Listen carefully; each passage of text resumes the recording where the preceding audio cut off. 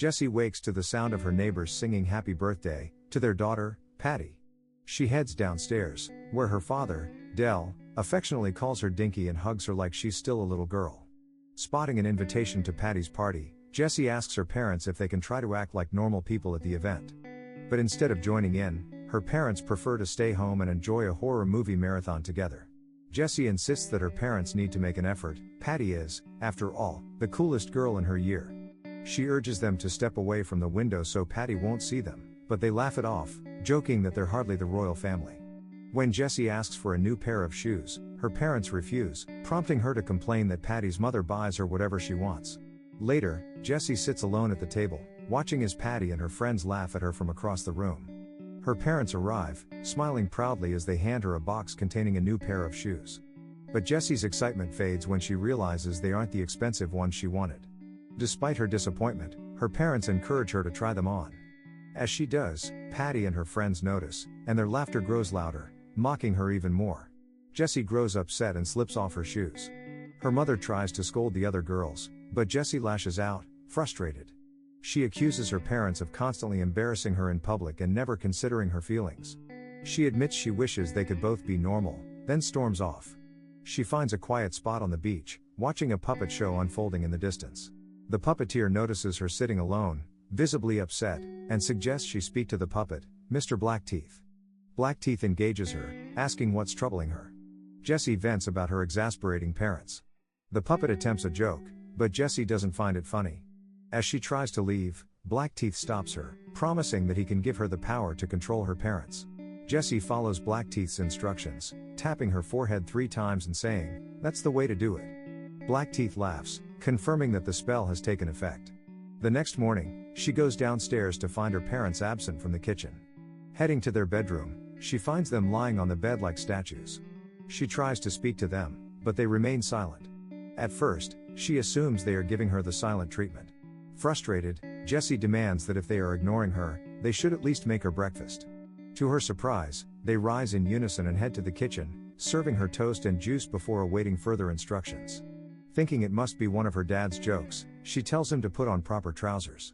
Without hesitation, he begins dressing over the ones he already wears. She stops him and turns to her mother, instructing her to stuff as many candies as possible into her mouth. Remembering Blackteeth's promise, Jessie realizes she can control them. She dresses both parents for Patty's party and orders the shoes she truly wanted.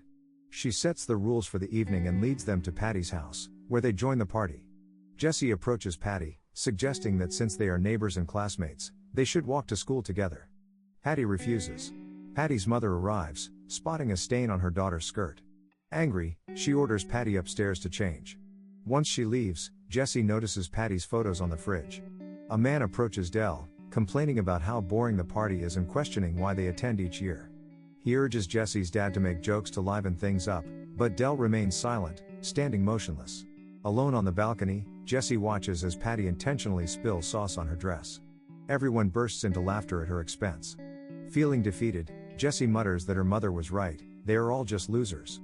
From the corner of her eye, she notices her own mother standing at the back, laughing along with the others. At night, all 3 sit together watching a movie. Jessie asks her mother to make her a smoothie tomorrow.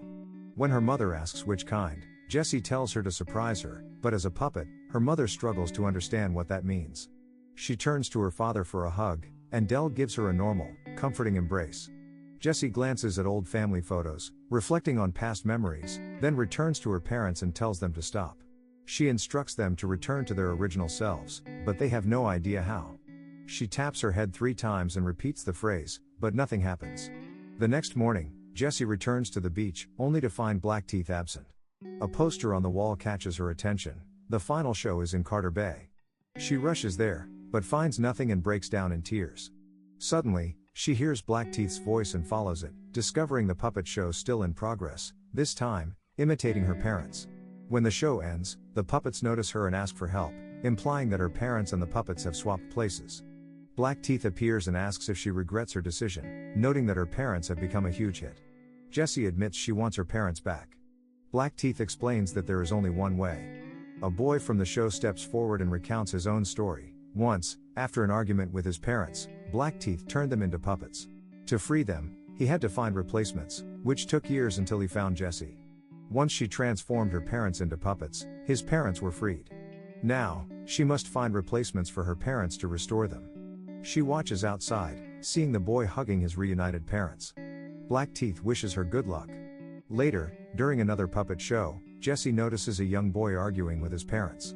The episode ends with her realizing that she may have found the replacement needed to set things right. Like and subscribe the channel for more videos like these.